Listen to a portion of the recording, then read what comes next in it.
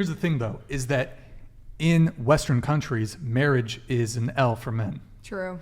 I don't. No. Chase. No. Hear me out. Divorce is an L for men. Okay, Which is yes. impending for the most part. Which is what? Impending. Impending? Yeah. Yeah, if you marry the wrong woman. Okay. Yeah, or the wrong man. Usually the wrong woman, though. But there's such a financial gain for women to divorce from men. It is so common. You're right, which is why you got to pick the right woman, right? But Chase, here's the thing. You say, well, you have to pick the right woman. You have to, and perhaps for those who are religious, you have to pick a godly woman who's the right woman. How many godly women initiate divorces? Even I don't know. You tell me. It's a lot. Even within the Catholic Church, where How much is a lot? we would have to. I don't have the. What's the percentage? I don't have the specific statistics on hand. Isn't it but 50% of marriages end in divorce in the United States? Yes, 50% of marriages. Yeah, end and in I'd like to see what the It's not statistics are hardly. in the context of what he's saying. The statistics in specifically the Christian community. Right. Because here's I think here's it's the thing, bro. approaching the average. It might be a little lower than the average, but even godly women, hypergamy doesn't care about your religion. Yeah, but here's the thing, man. Is like if you're a Christian and you're actually serious about your faith, you know that when you say "I do," you are making a promise before God, and that is a promise that you will be held accountable to, and it is not one that you can back out of. And on top of that, too, it says in the scriptures that if you marry someone, and you're like, oh man, like I just don't really like this person that much anymore. Like we're gonna, let's just end it. Let's get divorced. In God's eyes, if you divorce that person and you marry somebody else, that second person that you marry, you are committing adultery with them Yep, before that's God. what it says. Yeah. Okay? You see what I'm saying? So you're cheating on the person that you actually made your vows to before God if you divorce and get remarried. Now, if you isn't divorce recognized by the church? In the Bible certain cases says that you can leave though under certain circumstances. Yeah, you adultery. can leave a marriage. Specifically, You if can. your partner cheats on you, you are then permitted to divorce them. If they cheat on you and he doesn't want to be with you, then you can leave. That's literally what the word says. But if That's he what wants it to says. fix Are you sure about that? Yes. So I'm not sure about that. Yeah. I Googled a statistic here. I Googled divorce rates in Christendom? I don't know. Recent surveys and studies suggest that approximately 20 to 25% of Christian marriages end in divorce, with higher percentages reported among millennials and younger generations of believers. I mean, that's the thing, though. I'm looking man. Catholics. I mean, like, bro, like. Among Catholics who have been married, roughly 1/3 have experienced a divorce. Yeah, but like also at the same time, like you have to ask yourself, how many of these Catholics and how many of these Christians are like Absolutely. affirming, Absolutely. like how many of them are actually serious about their Walking faith? their faith. How many? Hold on. Some people lose their faith, Chase. How many of these Christians or Catholics are doing OnlyFans or affirming LGBTQ stuff, or they don't actually believe in what the word says, right? I would assume that demographic of people in the church that are actually getting divorced probably don't really have strong conviction in their faith, right? Sure. As opposed to like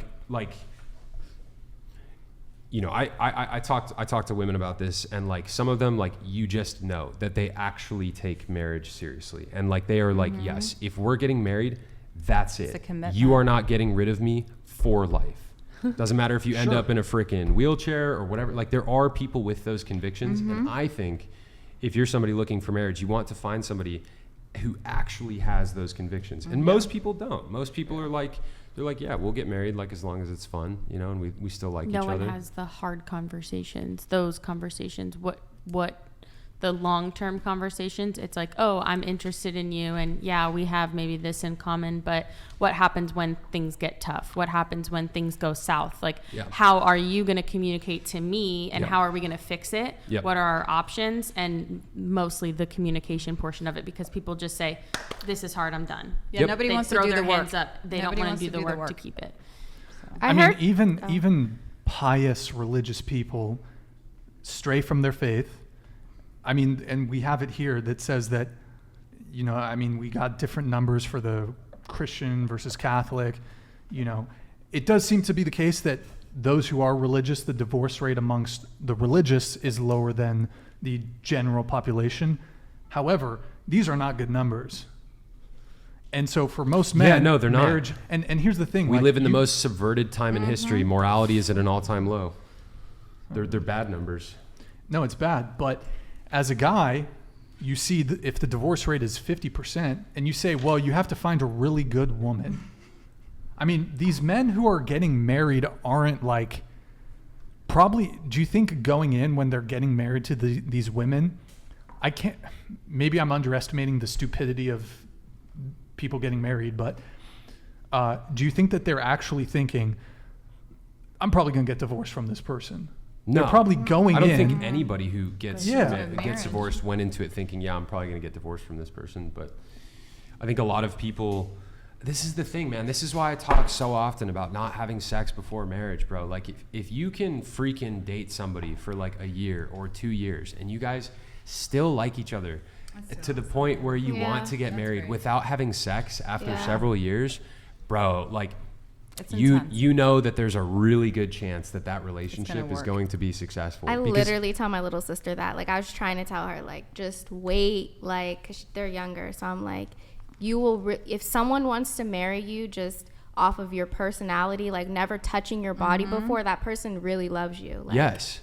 And if it's over the span of like a year or 2 years and both of you guys go through ups and downs and like hard stuff and you still love one another without having that physical bond. Yeah. That's awesome. That's Like- unbreakable. Yeah. Yeah, like bro, then once you add the physical bond to that equation after marriage, that is truly unbreakable. Yeah. When And you if- get to know each other, I mean, that's what people don't do anymore. They don't spend time to get to know each other. They lot just of- go right into.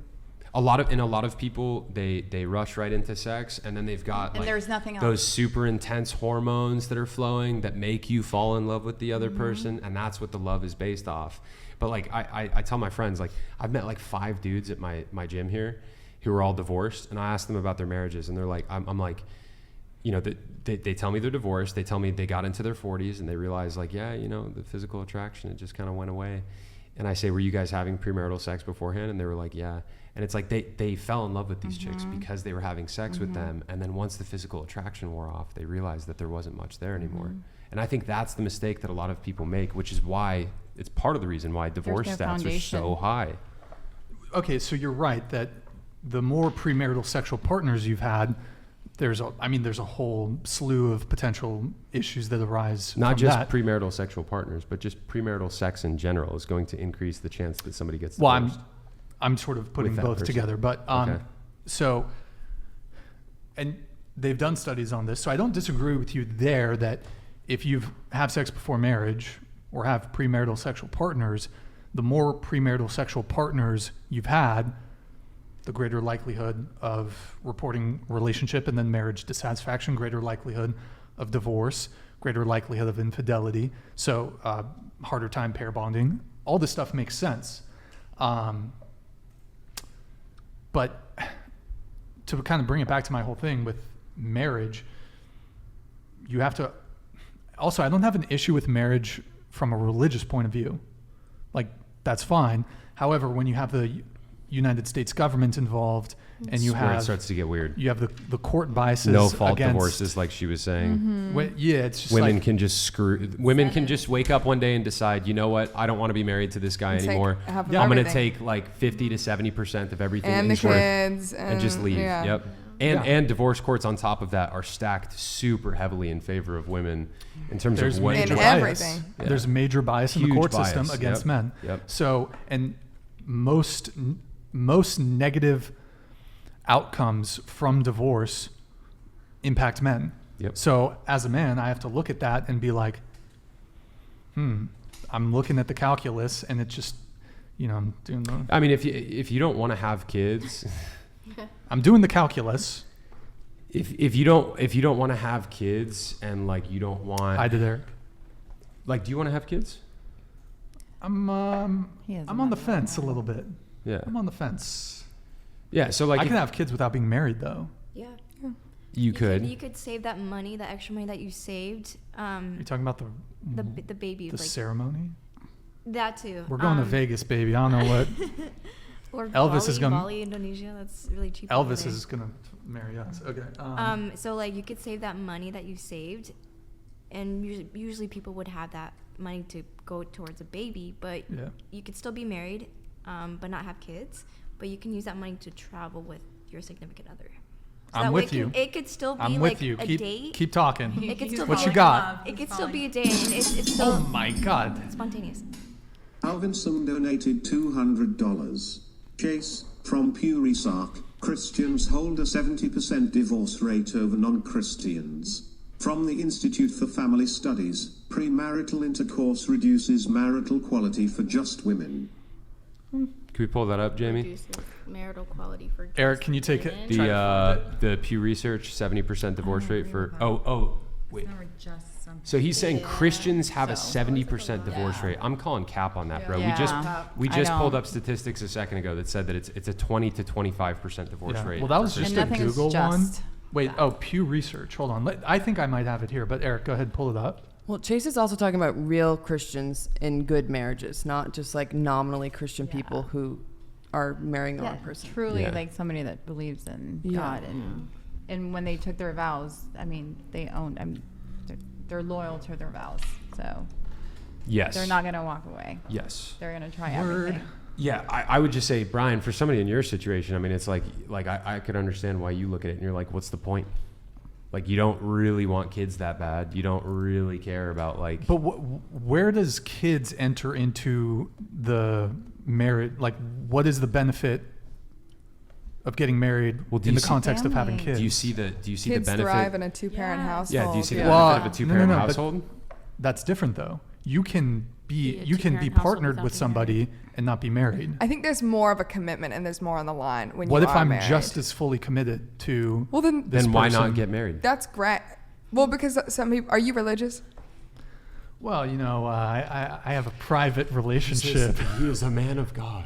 I'm a man of God. Because I'm a like man of God. for me, I'm not super religious, so for me, obviously marriage means something completely different to people that believe in God because it's professing your love and Oh, it's even worse to get married if you're not religious. yeah. What's If the you're point? not religious, there's no point. Then really, it's 'cause entirely the state controlling. Like, Yeah. Statistically, though, married men live longer than single men. Really? statistically, Yes. women live longer They're than not men. lonely, Let's talk and they about have that. so many But kids. And that's why Okay. married women or married men live longer because they have a woman to That's a nurture good them. point. Yeah, That's a they good do, point. and Taking that's care. wait, true. married men live longer? yes, Yes. than single men. Yes. I've heard What about married men who are opposite. married to just the most annoying, rebellious They die wives? very Well, I quickly. don't know Oh, about yeah, that.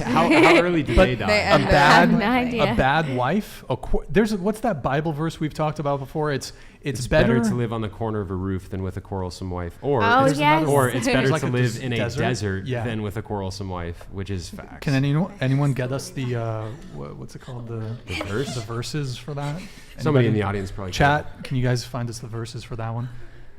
But yeah, quarrelsome woman, that'll take some years off of your life expectancy. Yeah, can. yeah, That's yeah. for damn sure. Listen, Chase, I'm a businessman. You know I'm a businessman because you find me at my places of business. I don't sign contracts that don't benefit me. And it happens to be the case that marriage is a contract that kind of sucks dick. I'm going to say it. It sucks dick. It's not good. It's not a good one.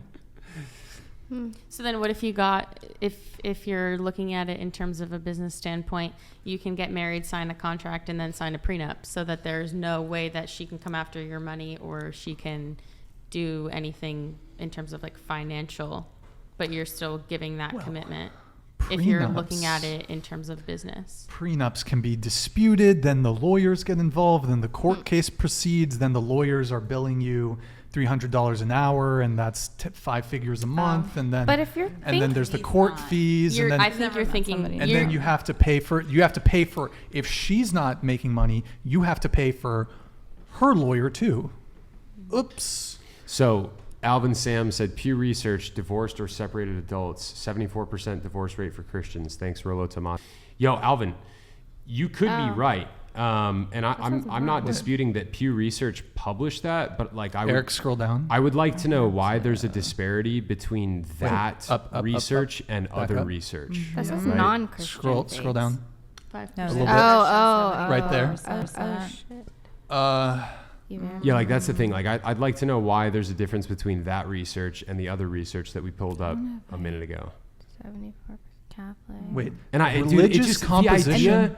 the idea, bro, that Christians are getting divorced at a higher rate than like people who aren't even Wait, religious, that just doesn't make those sense. stats, though, hold on, pull it back up because I think those stats are a little misleading, and I viewed this.